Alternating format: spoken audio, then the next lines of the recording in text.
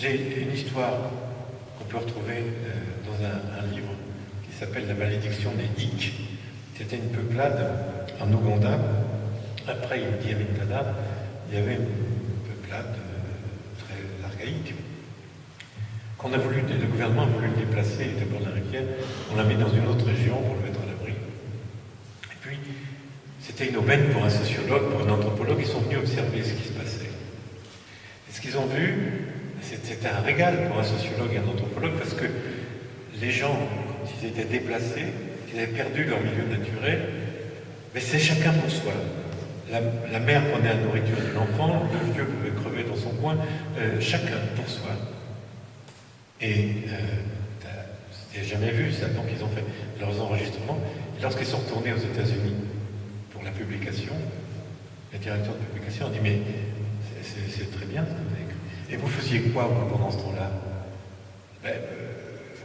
J'observais, et vous observiez, et voyez les gens se délabrer, mourir, avoir ces conduites d'agression, et vous ne faisiez rien, vous n'étiez pas impliqués.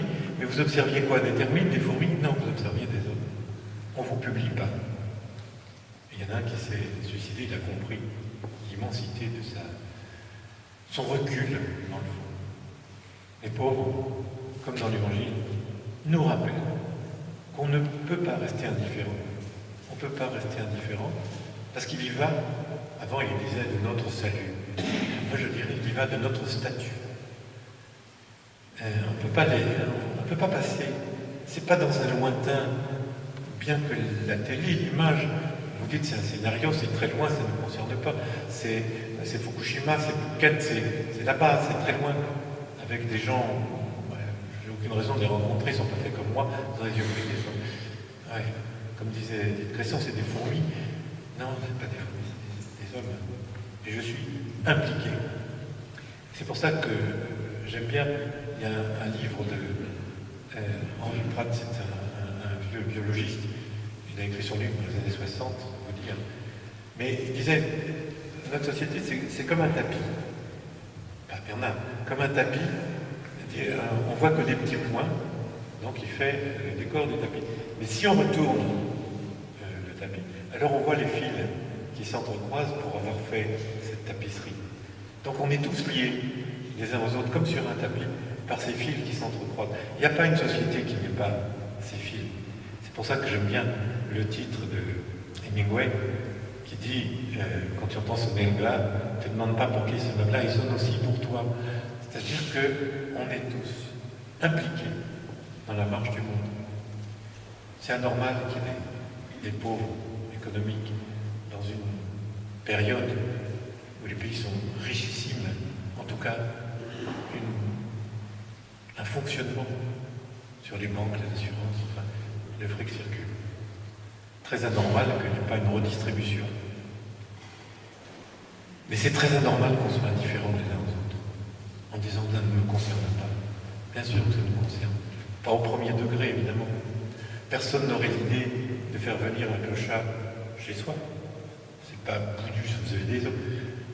Les codes ne sont pas les mêmes. Et c'est les mots que je voulais vous dire sur l'exclusion. Dans l'exclusion, le rapport au corps, à son propre corps, est perturbé, le moins qu'on puisse dire. Quand on est pauvre et seul, on n'est pas les bienvenus chez le médecin. On n'est pas les bienvenus à l'hôpital. Du coup, on encaisse.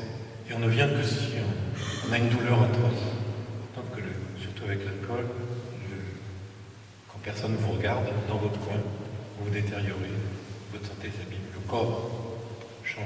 Comme personne ne vous regarde, vous ne regardez plus non plus. C'est comme ça que dans notre civilisation, les vieux deviennent plus vieux, parce que personne ne les regarde, ça ne les touche. Et le corps, dans notre inconscient, il s'abîme. Et les codes aussi. Les codes, quand on est dans la rue, mais on ne prend pas de gants pour dire monsieur, madame, s'il vous plaît, les formules de politesse, non. C'est hey Jacques, tutoiement, on ne dit pas monsieur, madame. Quelques mots, des ordres. T'as compris ce que je te dis? Et puis le secret de la personne, le secret de notre solitude. On dit, ah bon, vous prenez des médicaments, mais vous avez une assurance, une assistance, vous avez le RMI, le secret qui fait que moi je garde, je dis que ce que j'ai envie de dire, et les gens sont obligés d'être livrés et de raconter toute leur histoire, de A jusqu'à Z. Les codes ne sont pas les mêmes. J'ai un copain qui a décrit ce qui arrive comme la suradaptation paradoxale. Plus on est dans la rue et dans la solitude, plus on s'adapte à ce qu'on veut vivre. Mais plus on s'adapte à cette solitude, à la rue, et moins on est adaptable, moins on comprend ce qu'il faut faire, ce qu'il ne faut pas faire. C'est pour ça qu'il y a un moment où on a franchi une barrière et on ne peut pas revenir en arrière si facilement. Il ne faut pas prendre quelqu'un qui a 15 ans de rue chez soi, on ne peut pas. C'est pas Boudu sauver des eaux. C'est quelqu'un, c'est une profonde souffrance qui a fermé la porte. L'exclusion, c'est ça. Et puis le temps, dire quel est le projet, mais non, dans un temps instantané, il n'arrive rien. À ce propos, on s'aperçoit qu'autour du monde, ce qu'on appelle le temps-lumière, une information parcourt la Terre à la vitesse de la lumière, partout. On est tous concernés au même moment. Donc l'information va.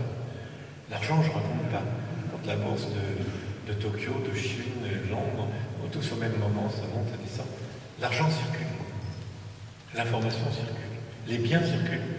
On pêche des crevettes dans le golfe de Guinée, on va les désosser en Thaïlande, on les met en condition en Irlande et on les vend en Europe. C'est normal. C'est la mondialisation.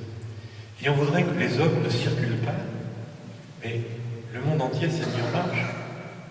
Les migrants, mais il y en a pour 5 générations, on n'a pas formalisé sur ce qui va se passer autour de toutes les grandes villes du monde. Les gens se mettent en route pour chercher des solutions pour leurs enfants, pour les soins.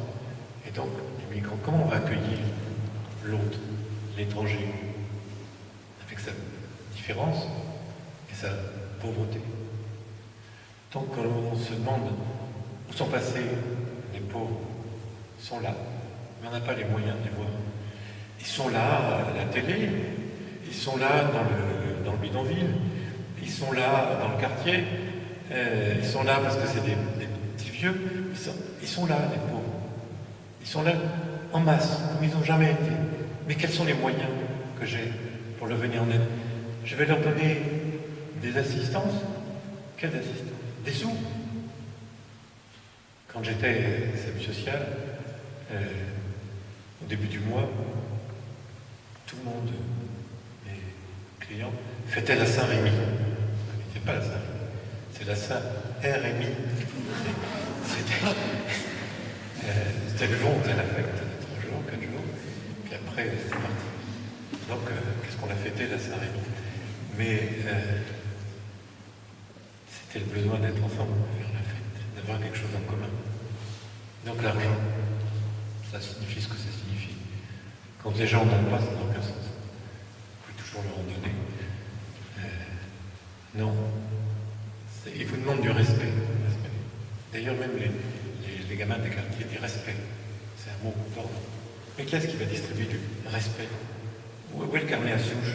Il n'y en a pas. Le respect, c'est une attitude du souci de l'autre, de sortir de leur isolement. Et le respect, c'est aussi de comprendre qu'on appartient à un ensemble.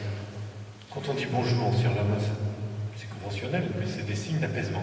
Ça veut dire, voilà, le cadre dans lequel on va se rencontrer, c'est pas une pulsion, t'as rien à craindre de moi, je vais pas te casser la queue, je te dis bonjour, enfin, je mets les... Quand je suis au Sahel, les gens de plus loin qui se voient dans ces grandes étendues, ils ont tout à fait des raisons.